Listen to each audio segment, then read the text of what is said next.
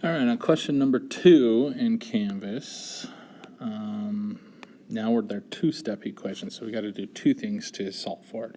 So on the first one, 5 parentheses x plus 1 equals 20. So there's parentheses in the problems.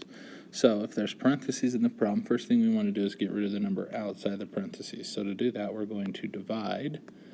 This number next to the parentheses means to multiply. That's why we divide. We always do the opposite. So 5 divided by 5 goes away.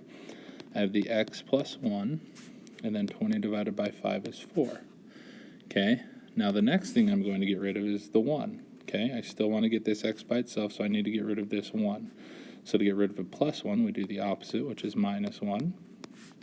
1 minus 1 goes away. 4 minus 1 is 3. So x equals 3 for the first one. Okay, for the second one, let me move it over a little bit.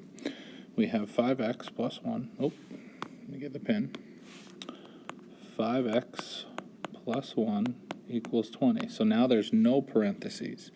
Okay, so the first number we get rid of is the number not with a variable by adding or subtracting. Well, here's the addition, so we're going to get rid of that number first.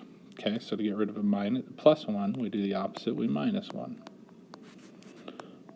So 5x equals 20 minus 1 is 19. Okay, 5x means 5 times x, so it's like the questions from number 1, so to get rid of times, we divide. 5 divided by 5 goes away. X equals 3.8.